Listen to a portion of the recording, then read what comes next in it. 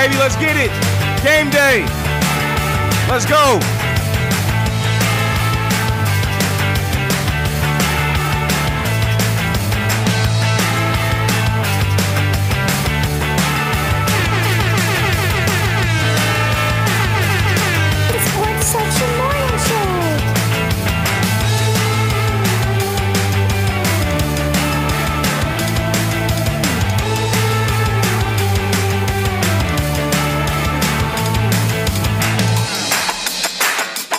Let's go. Keep this damn thing started.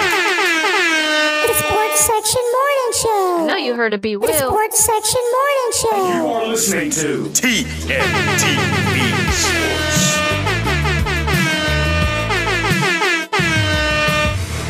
Good morning, everybody. Welcome to the Sports Section Morning Show. I'm your host, BWill. Got episode 18, August 25th, episode 18. Game day, baby, for the Titans. Finally, we're one game closer to the regular season. Last preseason game of the year, man. Can't wait. Can't wait.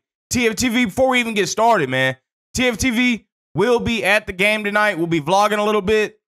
We'll also be doing fan sites outside of the stadium, post-game interviews for the fans outside the stadium immediately after the game. It'll be on the north side of the stadium, so on Russell Street and South 1st Street, around that little intersection area on that side of the stadium. And once again, north side of the stadium on Russell Street side. Russell Street and South 1st Street, the little intersection right around that area. So make sure y'all come out, man. Everybody's welcome. Patriots fans, Titans fans, anybody that wants to get on the platform and voice their opinions, their concerns about their team, or how happy they are about their team, man. All opinions are welcome. All you got to do is show up, man. All you got to do is show up. Let's dive right into it. Patriots versus Titans. So, game starts. We got a late start tonight. It's starting at 7:15, I think. I don't know why it's starting that late. I wish it would have started at 6:15. But, hey, it is what it is. You can't complain about a Titans game. But, so, first question I'll pose to the listeners and the viewers is who exactly would you be expecting to see starters-wise from the Titans? You know, I don't really get too much into the Patriots. I don't care who they go. They're not even going to be good this year. I don't even care. Titans-wise, Levis looked like he was back in practice this week. Vrabel didn't rule out any snaps for Tannehill. It's the last game of the year. I'd like to see some starters in there. I'd like to see Tannehill in there. I don't have to see Derrick Henry. I don't have to see DeAndre Hopkins. I don't have to see them two. I'd like to see just about everybody else. I ain't going to lie. You know, that on the offensive side of the ball, I'd like to see everybody else. Starting O-line's been starting since week one. The receivers, all except Hop, have been playing since week one. Running backs, except Henry, has been playing since preseason week one. So, I'd like to see them play, at least get about 3 series in with the straight ones. And they need to build that continuity. I mean, that's what they need to do. I need to see Tannehill getting used to being with the offensive line. It's one thing to do it in practice. It's one thing to do it with joint practices. But, you know, we just got our joint practices canceled. I know we did a white and blue scrimmage, but, you know, it's just, again, they can't simulate game reps. It cannot simulate game reps. So, you know, that's just something I'd like to see. Y'all let me know in the comments. YouTube, Twitch, hell, we're on Spotify, we're on Amazon Music, we're on, what else is there on fucking streaming? Apple Podcast, we're on all that. Exit One Show's on all that. Make sure y'all tap in with both Sports Section Morning Show and the Exit One Show. All right. Quarterback situation. Levis looked like he was healthy. Looks like he's better. He had a thigh injury. It came out, you know, a report came out saying he had a thigh injury. He had a bandage/wrap over his thigh in practice. So he was even throwing in Saturday's game against the Vikings. So he was throwing then. Injury doesn't seem, you know, serious at all. It looks like more of a knock, if anything. But eager to see what Levis does if he plays. I expect him to play. But, of course, that hasn't been confirmed. Vrabel is keeping his cards close to his chest. Either way, I'd like to see all 3 quarterbacks play. This might be the last time we see Will Levis this year. You know, that's what Titans fans have to look at. In a perfect scenario, this is the last time we see Will Levis. This is the last time we see, I was about to say Josh Dobbs. He just got traded. Malik Willis. So, I don't want to see them anymore this year. You know, if we don't see them, that means Tannehill's doing well. Means the team's doing well. That means we're fucking winning. So that's what I'd like to see. But y'all let me know. Do y'all think Tannehill last the whole year? Do y'all think Willis will get in there by the end of the year? Or Levis will be starting by the end of the year? Y'all let me know in the chat who y'all think. But, so, once again, want to see a quarterback. Want to see all three quarterbacks tonight. Need to see them perform tonight. Willis has to rectify this shady preseason he's had. He didn't have the best of game in Chicago. He played well in Chicago. Decent in Chicago. I can't say well. He played decent in Chicago. Levis played decent in Chicago. And then Willis was abysmal against Minnesota. So we have to see Willis improve this week.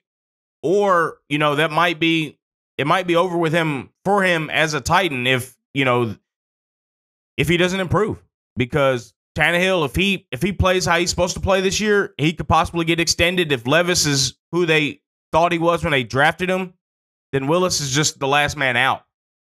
So, this is a very, very big game for Willis. Don't want to put more pressure on the kid, but he knows just as much as anyone how important of a game this last preseason game is with New England. And that's for all the guys on the roster. All the fringe guys on the roster. This is the most important game of some of their careers. And I'm excited to see how they play today. The second defense has been pretty decent. They ain't been decent against the run. But, the pass defense, the DBs have been a lot better than I expected them to be this year. Trey Avery's been good. Garrar has been a standout in all two games so far. And also the D end, I forget his name, starts with a C, I think. But the one that has like 4 sacks. But he has really improved and performed every game so far in preseason. Excited to see how they do. I think he's a lock to make the roster, along with Garrar. They just offer too much. Also at the receiver position, looks like receivers is going to come down to the wire. So, it helps them out a bit since there's injuries. You got Traylon Burke injured. You have Kyle Phillips, who's always injured. Of course, he's injured again. So the receivers are they got a little more leeway, at least for the couple weeks until some of those guys return. And, of course, there's no timetable on Kyle Phillips. But, I expect receivers, Roberson to stay. Of course, Moore is going to stay. So that'll be Hopkins, Moore, Roberson. Kyle Phillips will be staying, I'd expect. And that's 4 right there. And you can't count Traylon and you can't count Kyle on the first 53. So I'd anticipate us taking 6 receivers. So that would be Roberson, Roberson, Hopkins, Mason Kinsey. I'm anticipating Westbrook-Akina, Chris Moore for 5. And then the 6th is going to be up for grabs. I'd like to see Kearis Jackson take that last spot. That's who I'd like to see. It could also be the guy we got from UT Martin, Colton Dowell. So the receiver position to be one to watch today, along with the DBs. Those are where the battles are still going on. Of course, inside linebacker, the second inside linebacker spot is not really a battle anymore. I think Gibbons has got that. Monty Rice just hasn't been healthy. I don't think he's going to be playing this week anyway. So Gibbons looks like he's got the second inside linebacker spot. And the DBs is up for grabs. And, of course, just named the wide receivers. Yeah, let me know in the chat and in the comments on YouTube, who do y'all think will make the last 53? You think we'll take 3 quarterbacks? I think we'll take 3 quarterbacks, of course. But, that's not a guarantee. So do y'all think we'll take 3 quarterbacks? Who out of the wide receiver bunch do you think will retain? Also in the DBs, who do you think will retain? And do y'all have any surprise cuts? I don't think there will be any surprise cuts because our depth just isn't at the point to where the guys that we aren't sure of are going to make the roster. So, Haskins, I guess, could be a surprise cut. I don't see him, making cuts because he's, at the end of the day, if we're being honest, he's got legal trouble.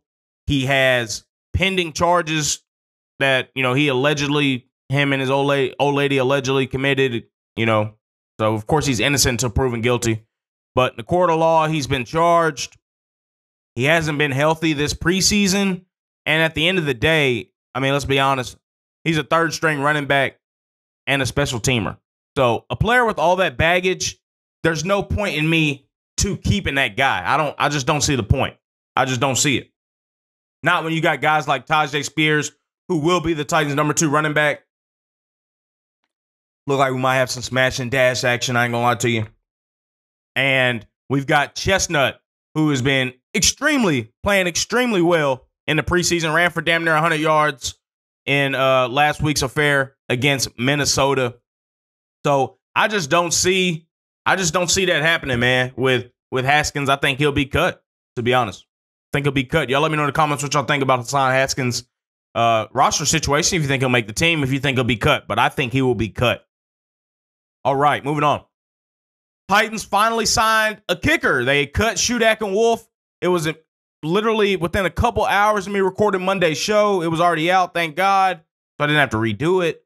But Titans finally cut dead wood in Wolff and Shudak. So glad that happened.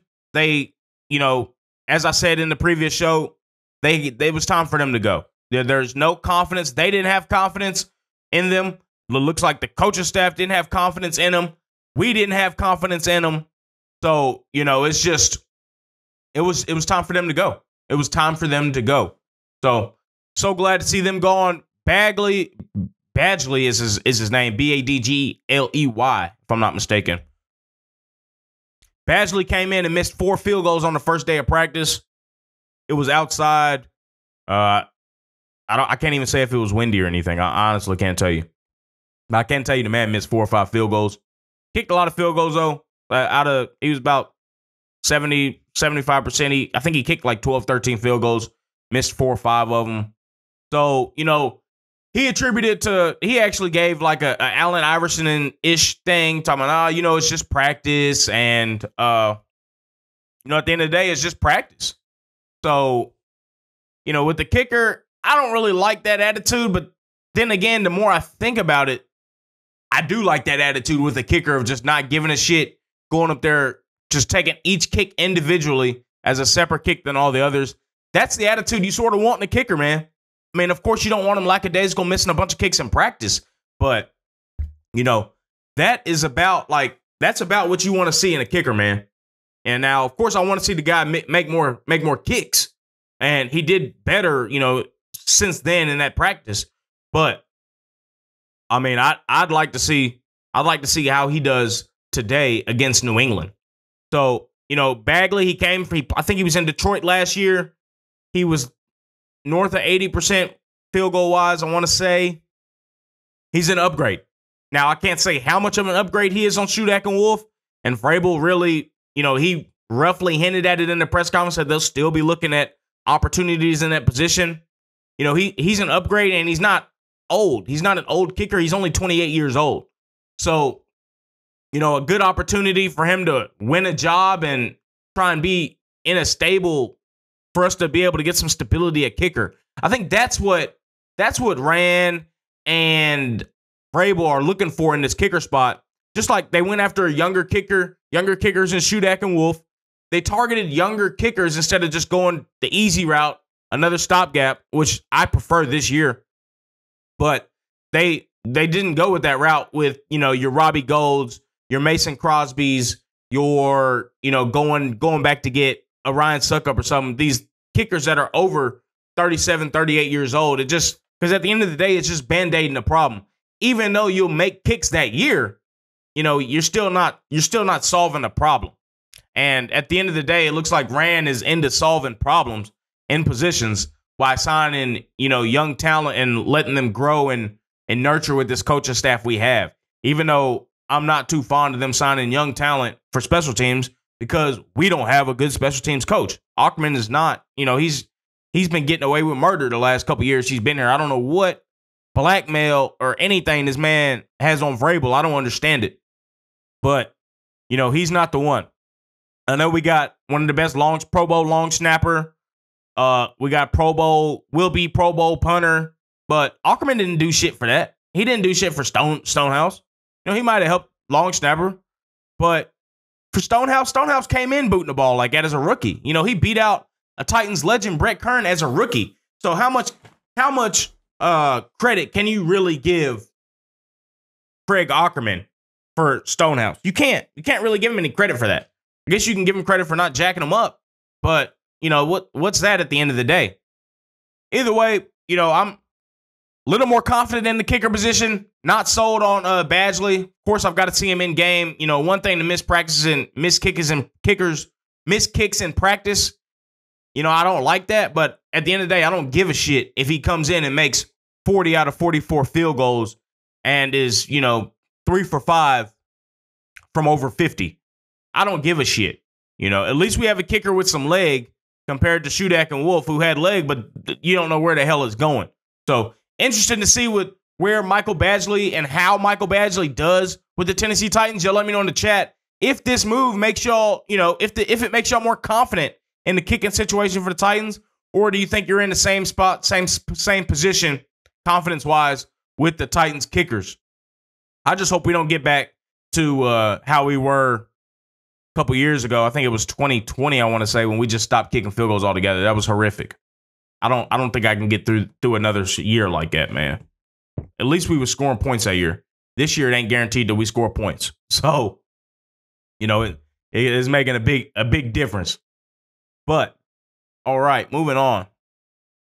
Caleb Farley got some sad news, and I really don't want to, you know, this has been talked about ad nauseum for a good bit now since the unfortunate happened. I want to say it happened midweek. I don't know if it was Wednesday or Tuesday. But, you know, Caleb Farley, it's just sad news, man. You know, he had a house he was in. I don't know if he was there. Henry said that he was still with, you know, the team the night before it happened, and that he had been in the locker room with him for, you know, they were one of the two last people to leave the locker room that night. But Tuesday or Wednesday night, neighbors reported, well, I'll go straight to what happened. Explosion at the house that Caleb Farley owns, that his father was at. There was another individual in the house. He seems like he's been okay. I don't think he has any life-threatening injuries. He was able to make it out of the house before it exploded. But Caleb Farley's father was not, unfortunately. And the house exploded around 12 or 1 o'clock in the night. So, you know, it's just unfortunate. And afterwards, neighbors reported that they had smelled some gas. So, you know, just a reminder to anybody that has, you know, gas in their home, even fucking a gas grill, anything, gas heater for your AC unit, anybody. If you smell gas, call the fire department and get it checked out. Call somebody and get it checked out. Don't just swipe it under the rug, because this stuff is extremely dangerous, as we can tell, and it doesn't take much for it to spark and cause an explosion. So, absolutely terrible news for Caleb Farley and his family. I feel for him. You have to, you know, send prayers to Caleb, because, you know, the sad thing is he had lost his mother a couple years ago, right before he got drafted, if I'm not mistaken, to cancer. So the young man, I think he's 25, if that, has lost both his parents, and it's just an extremely sad situation. So, you know, prayers to Caleb Farley. I hope you know, this, of course, this transcends football. I could give a shit about football. I just hope his mental is, you know, as good as it could be with that type of situation. Because of course it's going to be rough. You lost both your parents by 25. I couldn't even fathom that. So, you know, prayers to Caleb Farley. I hope he gets the support. I know he'll get the support he needs from the Tennessee Titans organization. I hope he gets the support that he needs from his hometown and the rest of his family. I think he still has a brother. So I hope the family receives the support they need, and, you know, he's able to you know, just grow stronger and find peace, you know. So prayers for Caleb Farley, prayers for peace for him, peace for his family, and you know, just prayers for him, man. Prayers for him. All right. Moving on to Shohei Ohtani. Shohei Ohtani. You know, we had an Angels fan on the show. I was wondering if he wanted to defend himself, but I guess not. We had an Angels fan on the show about a month ago, right before the trade deadline. was talking big shit about the Angels, man. I think it was episode 14, episode 13, around those whereabouts. Talking big shit about the Angels. They had traded for Giolito. They're going all in for a playoff push and to potentially try and sign Shohei Ohtani on an extension. And it looks like it's backfired on them. Looks like it's backfired on the Angels and Shohei Ohtani. Tore his ACL for the second time. Yeah, for the second time on Wednesday. So that'd be August 23rd. Against the Cincinnati Reds while he was pitching. He only threw 26 pitches and had to come out. Underwent an MRI. Showed a tear in his right ulnar collateral ligament, UCL. That's the Tommy John ligament. So he had just had Tommy John, if I'm not mistaken, in 2018. And, you know, fully recovered from that.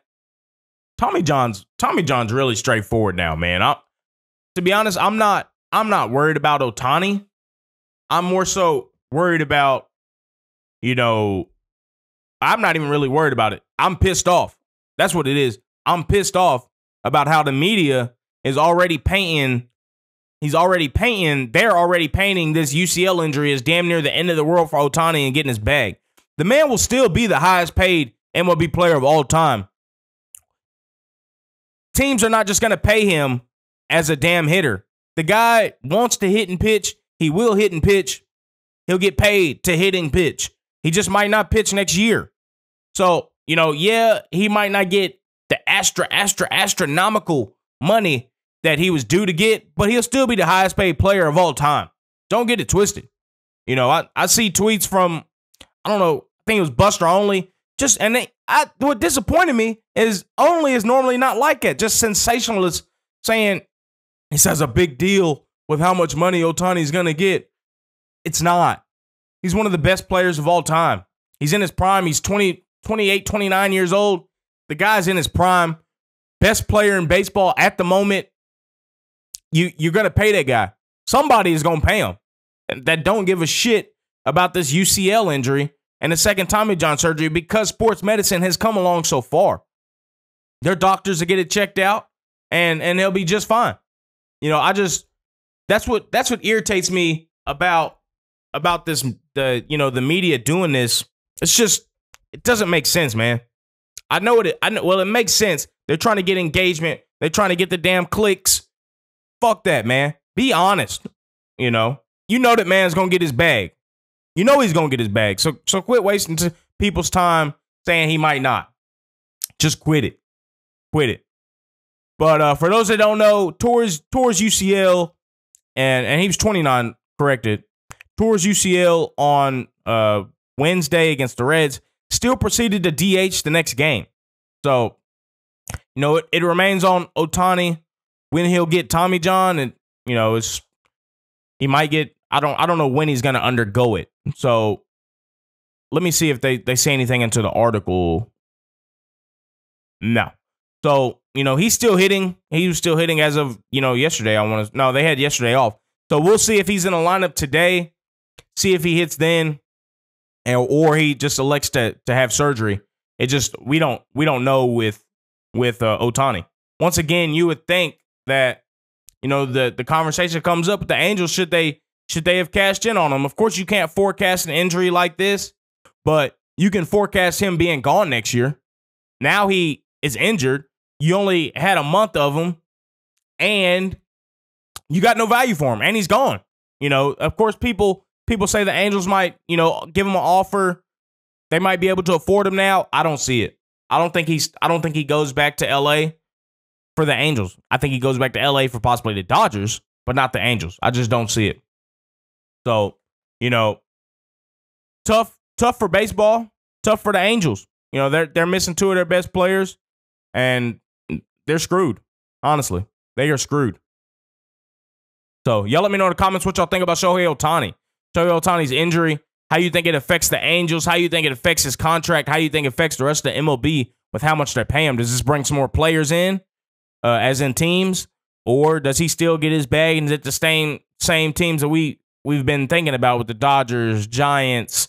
You know, I'd imagine he's staying on the West Coast, possibly the Rangers, maybe. I don't know, but I'd imagine he's still staying on the West Coast looking at the Dodgers probably be favorites for him, in my opinion. All right. Lastly, it'll be a short show today. Really not much to talk about on our end. You know, we got a lot to. TFTV is going to be really busy over the weekend with the Exit One show and the fan sites and vlog coming from today's and tonight's game of the Titans and the Patriots. So last thing we'll be talking about are the White Sox, man. Chicago White Sox have been in the news lately. Their chairman, in a statement, it's from the team spokesman, says, "We have not had any conversations about our lease situation." Of course, that's the White Sox with the city of Chicago. With 6 years remaining, it is naturally nearing a time where discussions should begin to take place. The conversations will be with the city, ISFA, and the state, and most likely will be about vision, opportunities, and the future. So the links to Nashville are, you know, really, I can't even say they're really substantial, but it's a story. You know, people in Nashville are talking about it.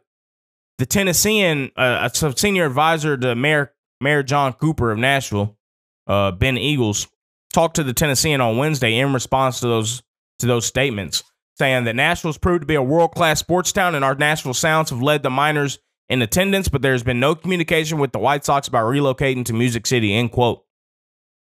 And so that really just puts it where it is, you know, it's early days with this anyway. For me personally, I wouldn't want to see the White Sox in Nashville. Of course, if that means if that's the only team that MLB team that we'll have, and that's what the MLB says, of course I'll take them with open arms. But I prefer an expansion team, you know, and I think Rob Manfred prefers the same. In his quote, he said, I think this was in April, he said, quote, "I've said I'd like to see us get serious consideration in trying to get to 32 teams. That's 2 more expansion teams." He said, end quote, he said, "There's a lot of advantages to 32, and you know, when you think about the available possibilities in terms of expansion, I think Nashville's on everybody's list." So, you know, I prefer an expansion team for Nashville. I want a team that we can start our own history, have our own history with, / continue history with the team that's previously been in Nashville, like the Nashville Stars. That's what I'd like to see.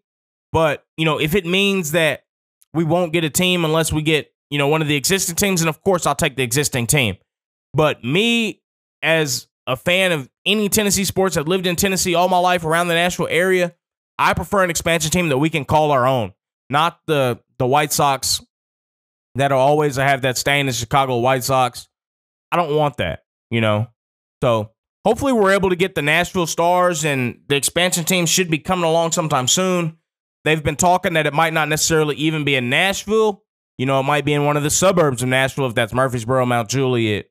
You know, hell, even Clarksville. Clarksville's building a stadium, a baseball stadium in the Vulcan site. So you don't ever know, man. I don't anticipate it being Clarksville, but crazier things have happened. Y'all let me know in the comments what y'all think about the Nashville Stars. Would y'all prefer an expansion team? Would y'all prefer an established franchise to come to Nashville as an MLB team? Of course, like I said, I'd prefer an expansion team, just a team that we would be able to call our own, honestly. So, you know, it all depends. And the White Sox, if they were to come, the lease isn't up for another 6 years. So they would be there for 6 years at the very minimum. I think Manfred wants expansion teams in before then anyway. So the sooner option is the expansion team, in my opinion. And I also think the more likely option is the expansion team and the Nashville Stars. So hopes for that. Hopes Nashville's able to do that, be able to keep growing, and the surrounding areas will be able to keep growing. It can only get better for the Middle Tennessee area and also the state of Tennessee.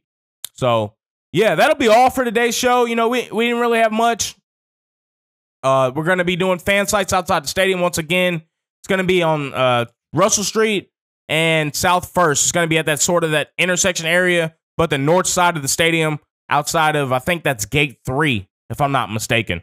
So make sure y'all join. Of course, we'll be announcing it on Twitter. We'll be announcing it on socials. That'll be TFTV Sports on all socials, TFTV.sports on Instagram. Make sure y'all subscribe to our YouTube channel. That's where the fan sites will be posted. Subscribe to this YouTube channel. That's where they will be posted. And, of course, go subscribe to the Exit One Show at Exit One Show on YouTube and across all socials at Exit One Show. We just had a great episode with University of Kentucky basketball great and former NBA player, currently Olympia Milano player, Alex Poitras, Clarksville native, X1 native. Had a great episode. Him asked him a lot of questions, man. Y'all make sure to tap in with that show. Subscribe to X1 show. Like the video. Like this video. Subscribe to TFTV Sports. Appreciate y'all, man. We out of here.